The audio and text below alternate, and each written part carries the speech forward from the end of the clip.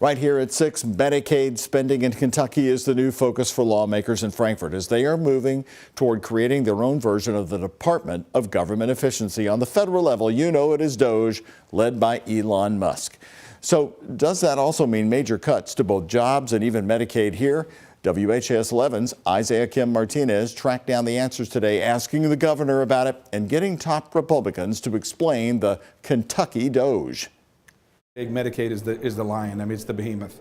It is eating up our budgets. It's growing astronomically, and so we need to make sure that we protect that program for people who need it. Ensuring Medicaid, one of Kentucky's biggest budget expenses, is serving the right people. We need to make sure that the taxpayer dollars are spent appropriately. That's what Republican Jason Nemes of Middletown tells me is a major goal of a Kentucky DOGE, mimicking the effort by Elon Musk and the Trump administration to downsize government. The Kentucky version of the DOGE, it's a lot different than the federal government. We're going to make a more methodical approach. I also asked Kentucky Governor Andy Beshear if he supports the bill to create Kentucky DOGE. It can't do any of the things that the federal version does. It doesn't have the power to stop any funding, doesn't have the power to lay off any people. So I guess they're calling it that.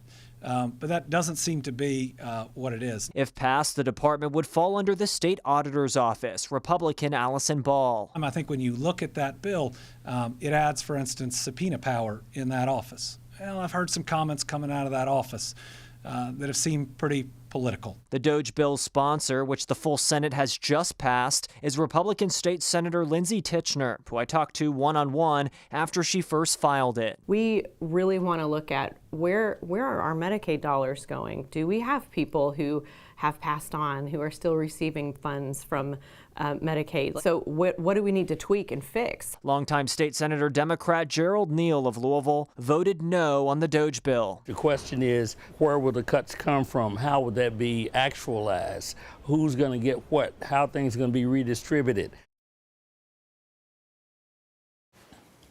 The bill itself has cleared the Kentucky Senate and now sits in the Kentucky House. State Representative Jason Nemes, a state House leader, would not predict whether it will pass, but he says he supports it and many of his colleagues do as well.